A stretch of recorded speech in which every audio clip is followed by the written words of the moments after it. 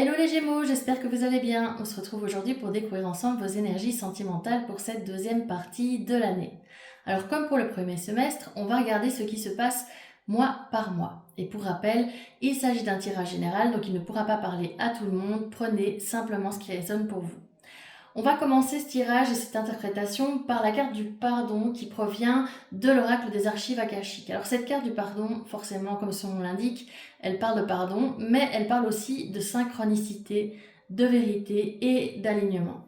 Et je vais vous la montrer de plus près parce que pour moi, elle est aussi très proche au niveau visuel de la carte de la tempérance qui parle notamment, parce qu'elle a beaucoup de signification comme toutes les cartes, de guérison. Donc ici pour moi, j'ai l'impression que ce semestre, il va être teinté de cette notion de guérison et de cette notion de pardon. J'ai l'impression qu'il y a quelque chose à pardonner à quelqu'un ou peut-être à vous-même pour pouvoir tourner une page. Et quand je regarde le reste du tirage, je trouve que ça confirme assez bien mon sentiment. On va continuer avec les énergies au dos des jeux pour voir un peu plus comment tout ça s'éclaircit. Donc ici, on a le fou clarifié par le 5 de Pentacle. Le fou, il parle de nouveau départ, de liberté, de spontanéité. C'est une carte qu'on retrouve beaucoup dans les tirages ces derniers temps. Et c'est pas étonnant parce que c'est une carte qui est liée à tout ce qui est portail du lion, dont le pic avait lieu le 8 du 8. D'ailleurs, j'ai fait une petite vidéo là-dessus. Je vous invite à aller la voir si ça vous intéresse.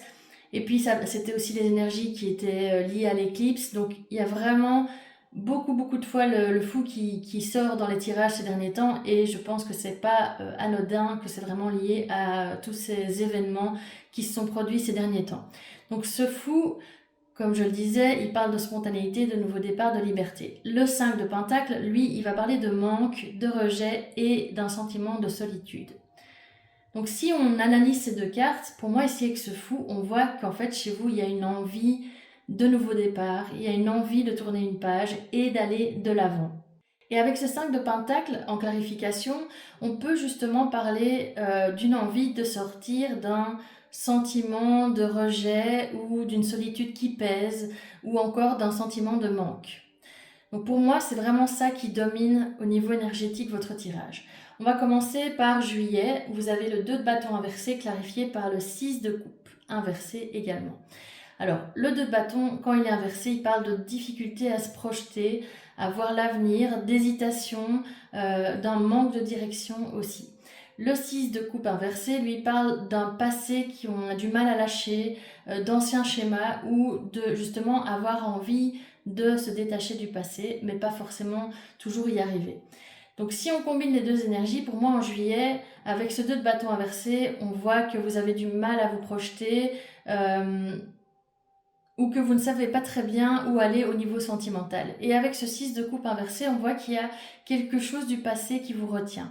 C'est peut-être un ex, par exemple, auquel vous pensez, ou une histoire que vous n'avez pas complètement digérée, de même que certains schémas du passé qui peuvent continuer à revenir sans cesse à vous suivre. Ensuite, en nous, on a la tempérance inversée clarifiée par la reine d'épée. La tempérance inversée, elle parle de déséquilibre, de difficulté à trouver ou retrouver l'harmonie et d'une guérison qui tarde à venir.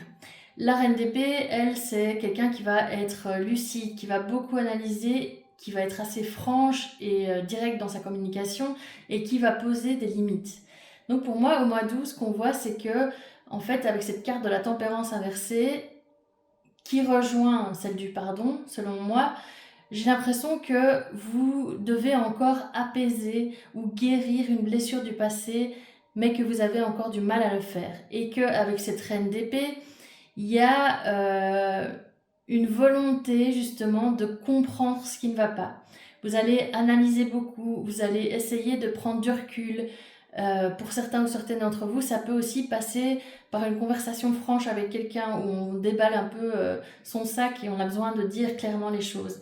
Parce que la reine d'épée et les épées de manière générale, elles parlent aussi de communication franche et directe. Donc ça peut être ça aussi, que vous ayez besoin de parler avec quelqu'un pour mettre les choses au clair et pouvoir justement réussir à compléter, si on veut, cette guérison et à passer à autre chose. Ensuite, en septembre, on a le 9 de Pentacle qui est clarifié par l'ermite. Le 9 de Pentacle, il parle d'indépendance, d'autonomie, de confiance en soi. L'ermite, c'est une carte de recul, d'introspection, quelqu'un qui va vraiment rechercher à l'intérieur de lui le chemin à suivre. D'ailleurs, on voit qu'il a une petite lanterne, cet ermite, donc il essaye justement d'éclairer la bonne voie.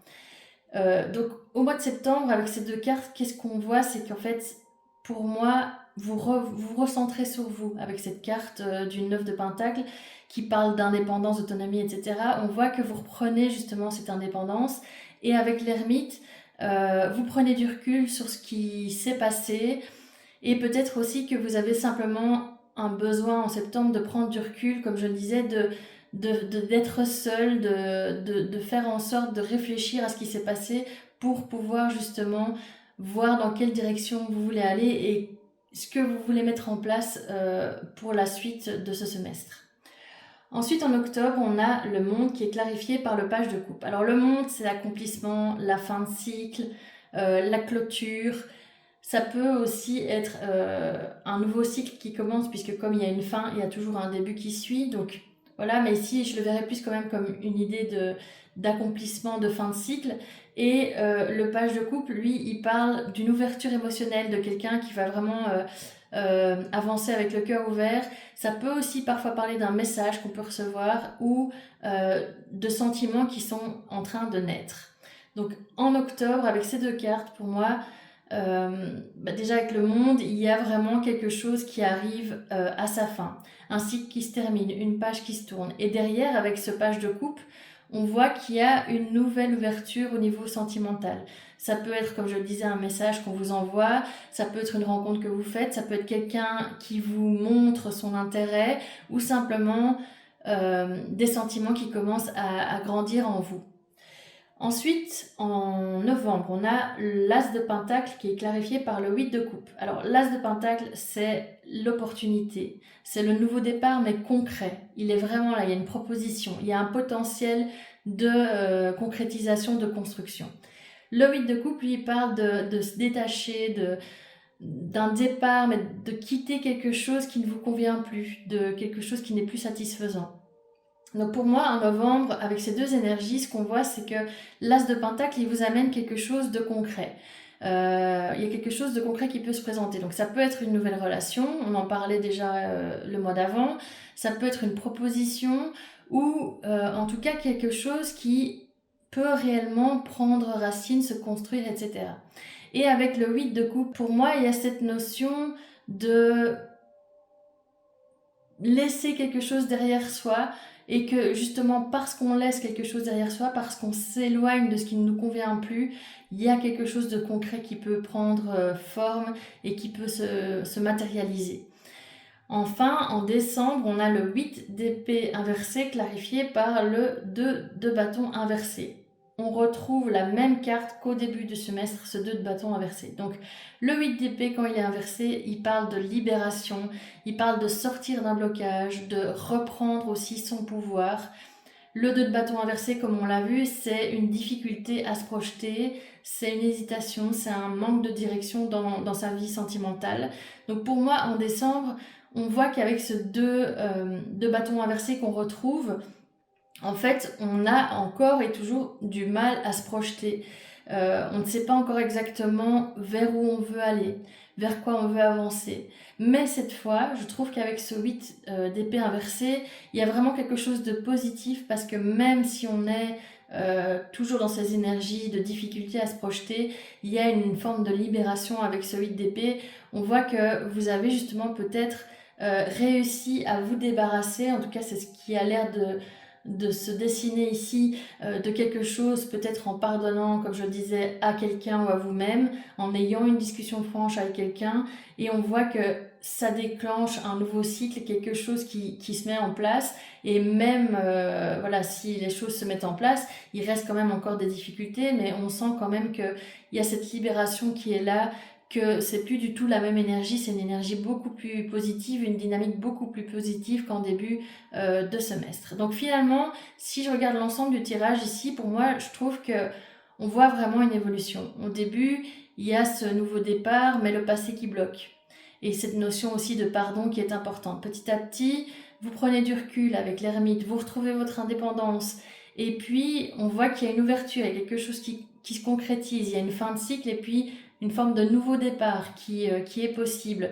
Alors même si les choses ne sont pas encore tout à fait claires et que vous avez encore du mal à vous projeter, on sent, comme je le disais, que vous êtes dans une énergie beaucoup plus positive et que grâce à ce pardon, grâce à cette guérison qui arrive enfin, vous pouvez repartir sur de meilleures bases. Vous pouvez en fait progressivement lâcher ce qui vous retenait pour pouvoir finalement vraiment avancer concrètement et prendre un nouveau départ. Voilà, j'espère que cette guidance vous a plu et qu'elle a résonné en vous. Si c'est le cas, n'hésitez pas à la liker, à la partager, à la commenter et puis surtout à vous abonner à ma chaîne pour ne pas manquer les prochaines guidances.